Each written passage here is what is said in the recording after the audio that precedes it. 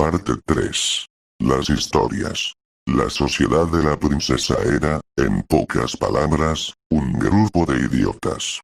No podría culparlos. No eran personas reunidas porque eran solucionadores de problemas. Eran solo jugadores al azar que se habían encontrado con lo mismo. Yo solo tenía 20 años cuando me uní, pero en realidad era uno de los miembros más antiguos. La mayor parte de la sociedad de la princesa estaba todavía en el instituto. Por supuesto, a pesar de esto, todavía les gustaba actuar como si fueran superespías descubriendo algún antiguo misterio. Se obsesionaban con la instalación de aplicaciones para hacer su tablero, marginalmente, más difícil de encontrar por la búsqueda. Escribían y editaban listas de reglas complejas sobre cómo tratar con la princesa si la encontrabas. Una persona incluso hizo una copia de seguridad de la pizarra en un disco duro externo para que hubiera un registro en caso de que nos encontrara. El hecho de que no teníamos ni idea de lo que hacíamos generalmente se dejaba de lado. Pasábamos la mayoría de nuestro tiempo intercambiando historias. Cada uno tenía su propia historia de la princesa que estaba orgulloso de contar. Admito que era bastante fascinante. La mayoría de las historias eran como la mía, vagamente espeluznantes pero nada horripilante. Aquí hay algunas que recuerdo, muy resumidas. Salvaje 0, 0, 0, 0, 0, 0, 0.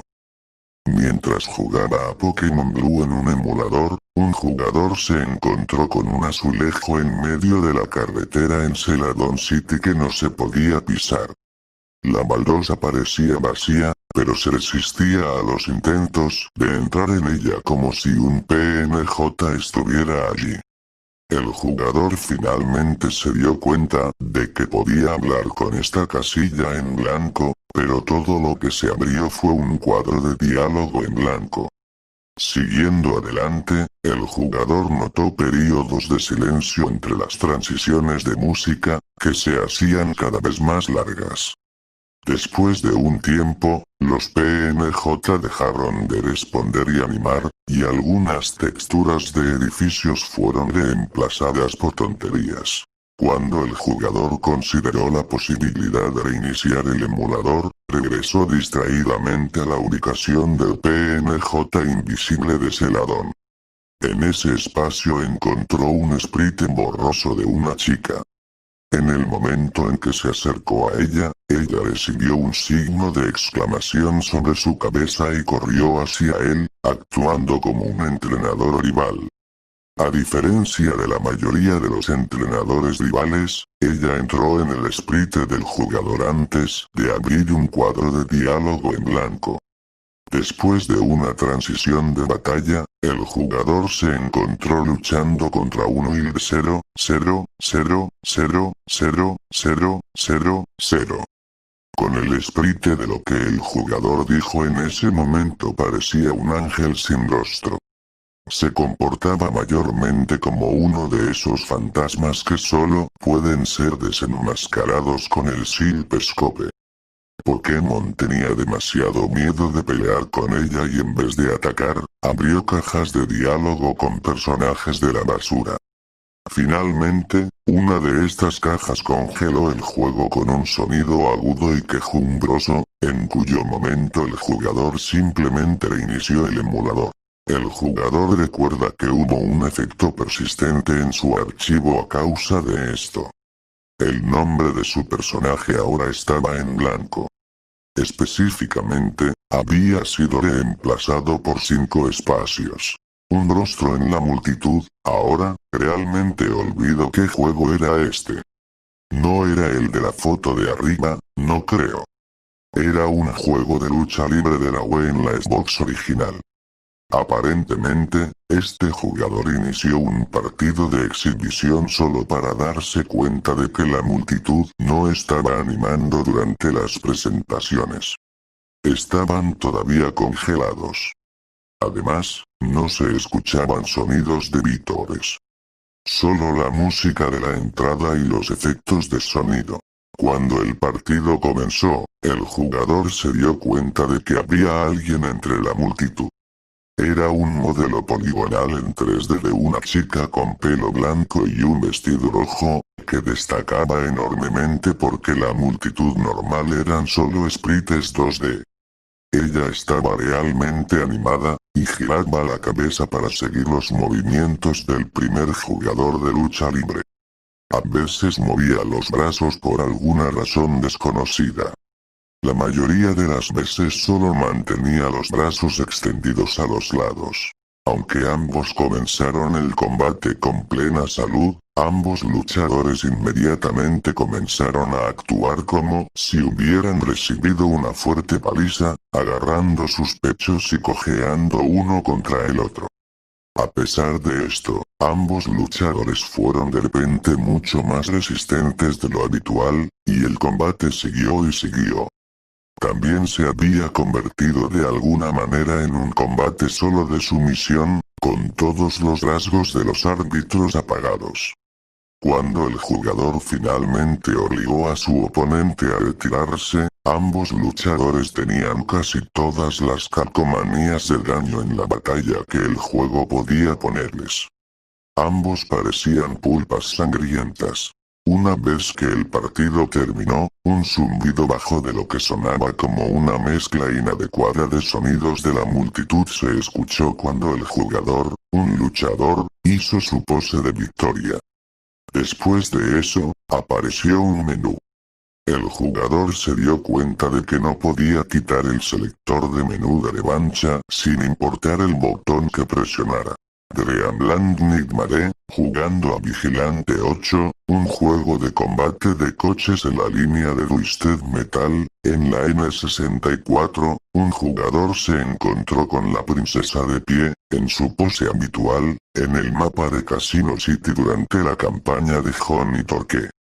Pensando que era una especie de huevo de Pascua, la primera inclinación del jugador fue dispararle, momento en el que explotó como cualquier otro objeto destructible. El jugador terminó el mapa como de costumbre, pero cuando el siguiente mapa comenzó a cargarse, no había una pantalla de resumen de la historia como de costumbre. En su lugar, era una imagen corrupta con un espacio en blanco donde debería estar el texto. Esta pantalla duraba unos 20 segundos, durante los cuales el jugador estaba convencido de que su juego se había congelado. No lo había hecho. La misión comenzó con el jugador, como Johnny Torque, en el mapa de Super Dreamland. Este mapa, para los que no lo sepan, es un mapa de bonificación solo disponible en la versión N64 del juego. Es básicamente un mapa de broma hecho para parecer un reino de fantasía de dibujos animados, en contraste con el resto de la estética de Windows de los años 70 del juego. El mapa, sin embargo, era muy diferente de lo habitual. No había música, pero lo más inquietante era que la iluminación era muy baja. Como el jugador lo describió, era de noche, o se suponía que era de noche, creo. Lo más cerca que el juego podía estar. Era como una versión de videojuego de escenas de películas de día por noche. El jugador condujo un poco. Al principio, parecía que no había enemigos, pero después de buscar, el jugador descubrió que Beeswax y Babe estaban sentados en sus puntos de desove, sin moverse. Parecía que no tenían IA. El jugador los embistió un par de veces para ver si reaccionaban, pero no lo hicieron. Al final, intentó volarlos para ver si se regeneraban con la IA adecuada o algo así. Nada tan simple, por desgracia. En el momento en que el jugador derrotó a Beeswax, la música de Super Dreamland empezó a sonar muy fuerte y llena de artefactos de audio. El jugador buscó la reproducción de Beeswax, pero en cambio vio lo que parecía ser un coche brillante conduciendo al otro lado del mapa. Al examinarlo más de cerca, el coche no brillaba tanto como el extraño filtro nocturno no lo estaba mapeando, lo que lo hacía parecer mucho más brillante que todo lo demás.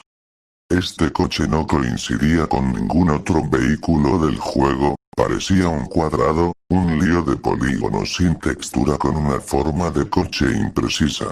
El coche misterioso tenía una IA enemiga real, aunque era errática. Se estrellaba constantemente contra las paredes e intentaba conducir a lugares que no podía.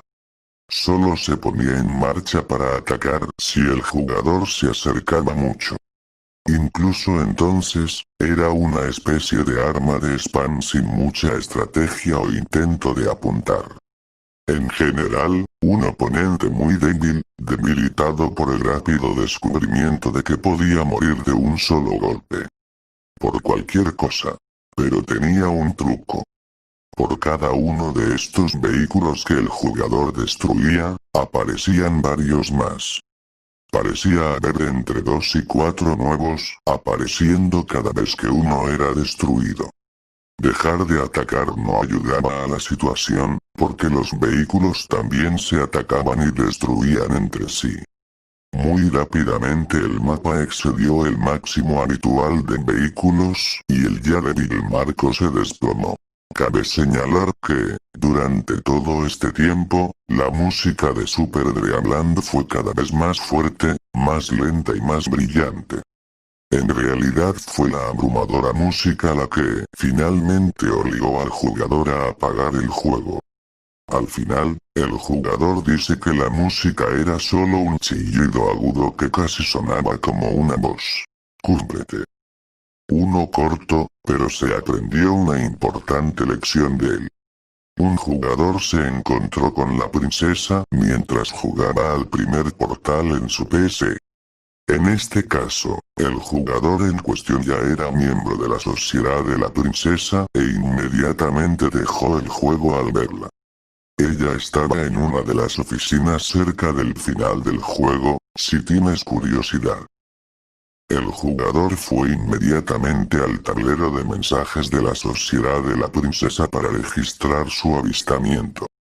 Mientras escribía su mensaje, escuchó una voz muy clara a través de sus auriculares. Te veo. Era el diálogo de la torreta de centinela. El jugador apagó inmediatamente su ordenador, dándose cuenta de que no bastaba con dejar el juego. Y la mayoría de las historias eran así. Muchas de ellas terminaban con el juego congelándose o volviéndose tan poco jugables que el jugador apagaba el juego. Muy pocas terminaron tan dramáticamente como la mía. Sin embargo, como veremos más adelante, mi historia también fue única de una manera